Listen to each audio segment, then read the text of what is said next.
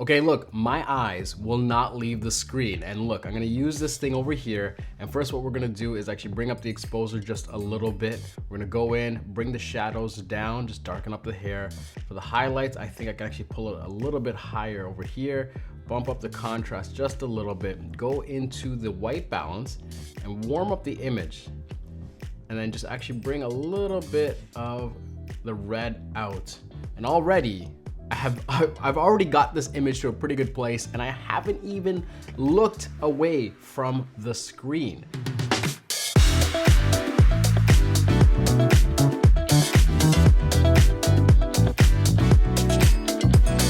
I'm always looking for a new way to speed up my editing and just tighten up the process, because the truth is, I enjoy the act of photography a lot more than post-processing. It's not that I hate editing. I would just rather spend as much time as possible creating content. And well, this new toy is helping me get back to photography faster.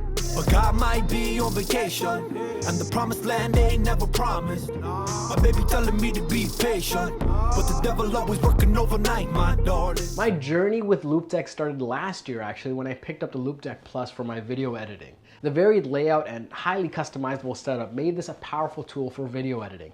While keyboard shortcuts are great, this thing allowed me to move through timelines with extreme precision and breeze through edits. However, it never felt quite right for photo editing, at least for me. I'm guessing that's part of the reason why this exists.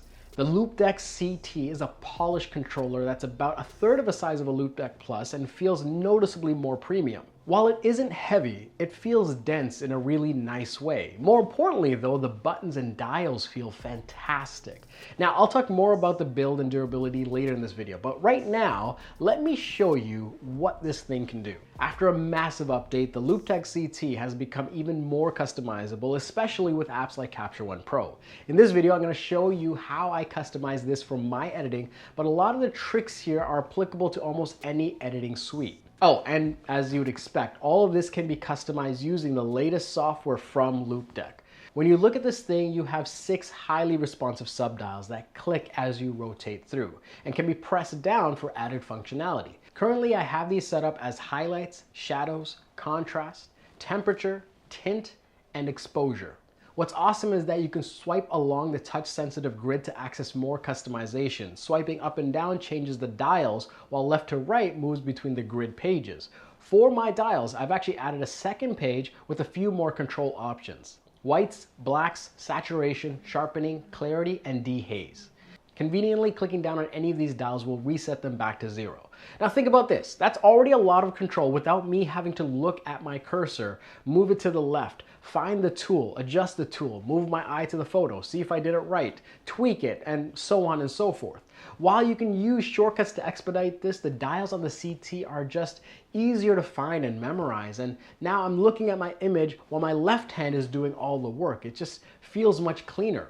Now, there is a learning curve to this, but as you develop that relationship between you and the tool, the layers of abstraction start to melt away. It's tricky to describe, but definitely tangible after hours of use. So far, all of this translates to powering through 12 major adjustments with incredible precision in just seconds.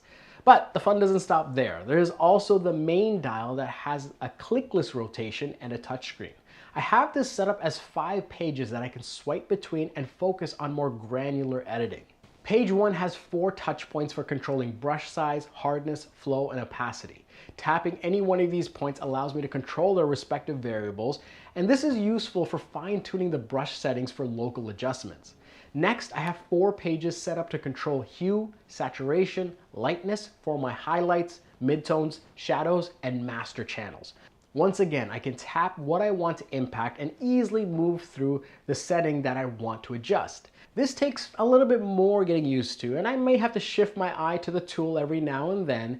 It still makes it for an easier editing experience where you can really dial in your look.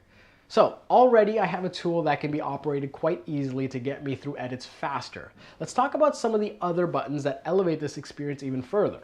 There are 8 round clicky buttons that run along the middle of the controller, and they serve a specific purpose for me. Number one goes to the pan tool, or the hand tool some people might call it, and this is how I often navigate an image. Holding down the function button and clicking this will switch to the brush tool. And this is an easy way for me to keep my left hand on the CT and my right hand on the mouse and my eyes on the screen.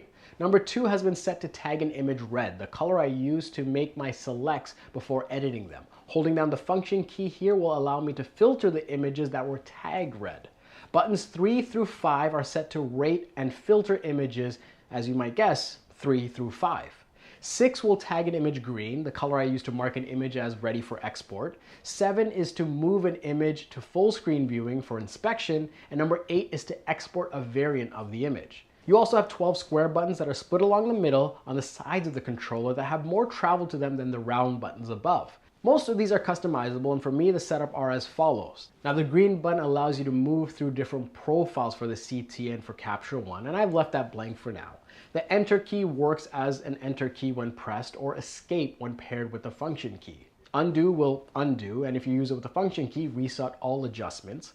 Save will export a variant of the image or the original RAW file when used with the function key. Moving to the right, the up and down arrows are used to navigate images. When used with the function key, we'll zoom in and out of an image. The left and right keys are currently set to rotate images counterclockwise 90 degrees or clockwise, and the E button is set to activate the crop tool or cycle through the keystone tools when used with the function keys. Now, let's talk about the middle touch screen here. There are 12 mini panels that can be customized for your liking, and because of the way they're set up, you'll likely have to look at them when you want to engage them.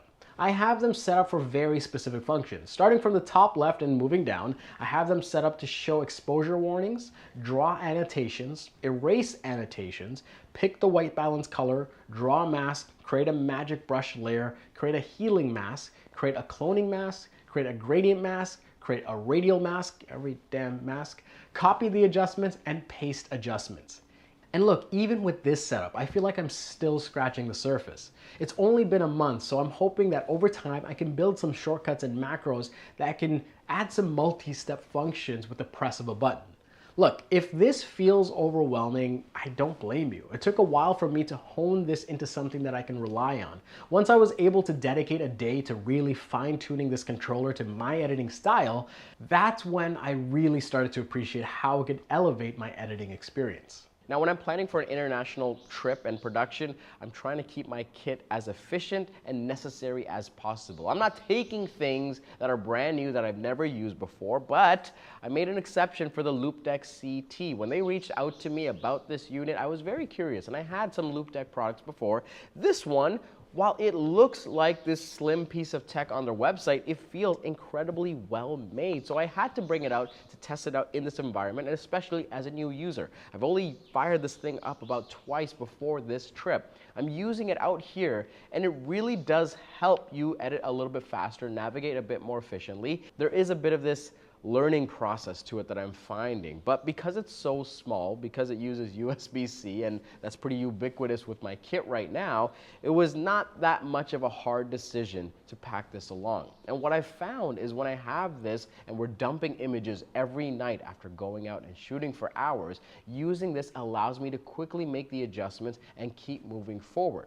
There's this muscle memory that I had to develop, but after 3-4 nights, it feels automatic. And what has me excited is to go back home and further customize this thing to how I edit. Let me address the elephant in the room. This tool is not for everyone. In fact, I would venture to say that if you're not a professional photographer, you shouldn't buy this product. That may sound extreme, but I really feel that premium solutions such as this are suited for those that are constantly editing and turning over images.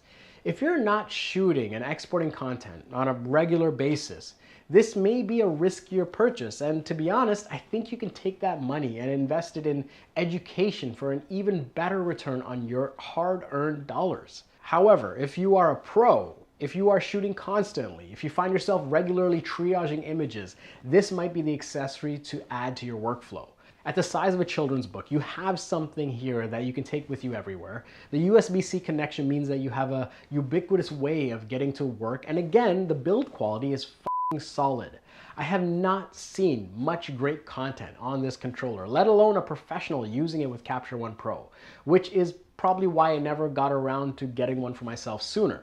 However, after some serious time with this thing, and especially after some major software updates, I'm excited to continue using the Loupedeck CT in the months to come and just blaze through my editing. And there you have it. That is how I've hacked my photo editing. This thing is just powering through edits, and it's allowing me to sit behind a desk for less time. And in this sort of work from home digital experience, anytime I'm not in front of a monitor, I like that. I like that a lot. In any case, I'd love to hear what you guys think, so let me know in the comments below. Is this something that has piqued your interest, or is this something that might be a little bit out of your range, or you're just not interested in? Anyways, you know how it is. Let's continue the conversation down below. As always, my name's Gajan. Thank you so much for watching, and I'll see you next time.